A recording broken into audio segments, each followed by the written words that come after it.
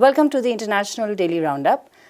In our first news, we have the Syrian government forces capturing a crucial city, Sarakib, which is just 15 kilometers from Idlib, the last strong bastion of rebels. What would be the repercussion of this event in the 9-year-long war in Syria? To discuss that, we have with us Abdul. Abdul, what is going to be the implication of this recent development? The basic thing is Syrian war, which is going on for last almost 9 years. Idlib is the last, as you said, last bastion of the rebels, which are, that the problem is the Syrian, this is supported by Turkish government, in fact. The rest of the Syria has been liberated by the government forces with the help of Russia and other countries. So Syria wants to basically recapture whatever land it claims to be its own. And therefore, it has started basically the last battle in last December. And then this is one of the major developments, we can say, that because this Sarakib is a city which is based on the highway which connects capital Damascus to the northern parts of the Syria. And this can also lead to further and fast advances of Syrian governments into the northern territory. Okay. There are complications which basically are related to the role of Turkey. Mm-hmm. What would be the impact on Syria from this war first? Okay. As I said, Syrian war, which has been going on for last 9 years, has created a lot of destruction and unrest in the country. Out of 20 million people, 7 million have been displaced because of the war in last 9 years. Hundreds of thousands have died in this war. So, second, the reign of the government in Syria has not been able to universally established throughout the country. So, if Syrian government forces are successful removing the rebels from Idlib, it may create peace in Syria. It can lead to the end of the war, and can also, Syrian government and other international agencies can think about what will be the fate of the refugees, which are living all across the world, and most of them are living in Turkey. Right. And what about the relations between Syria and Turkey? As I said, the rebels in Syria are supported by Turkey. Turkey, in fact, has its army based in Idlib, guarding the rebel-held areas. That's why in the last week there was an attack by the Syrian forces which led to the death of 8 Turkey military personnel, which created which also led to the retaliation by Turkey, which again basically creates further complications for Syria, in fact. Basically, and if Turkey strongly backs the rebels, the war in Syria will prolong.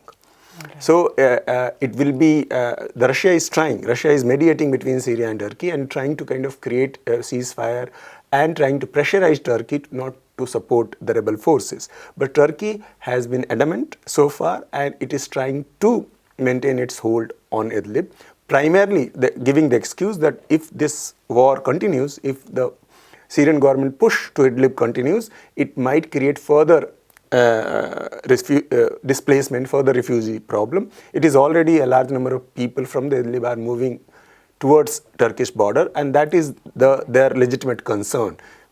So we do not know what will happen. Hopefully, Turkey will understand it, primarily because of the involvement of Russia, because it might not risk going all out against Russia. All right. Thank you so much, Abdul. We now move to China. China's fight against coronavirus is proving the virtues of having a strong public healthcare system. The coronavirus was first identified in Wuhan, and now China has confirmed cases in all of its 23 provinces. It has thrown the country into a crisis. By Friday, February 7, the officials in China had confirmed a total of more than 31,000 diagnosed cases on the mainland and 636 fatalities.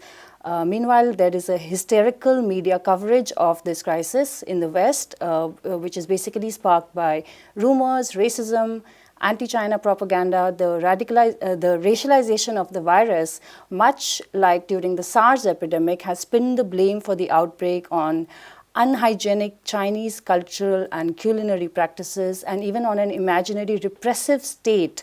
The fact is, the wheels of China's state industry have kicked into overdrive as the Chinese Communist Party has marshaled its industries to meet this public health crisis. Amidst Western distortions and the projection of opportunistic geopolitical agendas onto this crisis, the coronavirus has provided a lens to understand China's political economy. It is one that is striving to ensure that the interests of private capital do not dictate the politics against the interests of the people. China's mass mobilization of its state-owned industries to combat the virus, including the construction of 2 new hospitals in Wuhan in just 10 days at lightning speed, production and distribution of price-controlled medical supplies, provision of free universal health care, and mass deployment of state medical workers is a demonstration, in fact, of China's socialist political economy on the world stage. Initially, the World Health Organization simply declined to declare this outbreak a global health emergency on January 23, and instead it considered it primarily a domestic risk in China. As new transmissions of the virus were discovered and confirmed in the US, Japan, and other countries, the WHO revised its designation to declare it a global health emergency. The Director General has stressed that the declaration is not a vote of no confidence in China. On the contrary, the WHO continues to have confidence in China's capacity to control the outbreak. He also said that in many ways, China is actually setting a new standard for outbreak response. China's ability to respond to this healthcare crisis of a mass proportion is a testament to the reality of a strong public health system, unlike in countries where health systems are privatized. One can only imagine a very different response to coronavirus in that system: infected patients unable to afford treatment and too poor to take time off work, price hikes and scarcity of masks and other supplies for corporate profit, medical companies patenting gene sequences and life-saving treatments. The Chinese fight against coronavirus inspires great confidence, in fact, in their ability to contain it. The world should take note of what it has done. With that, we end this edition of the Daily News Roundup, International Edition.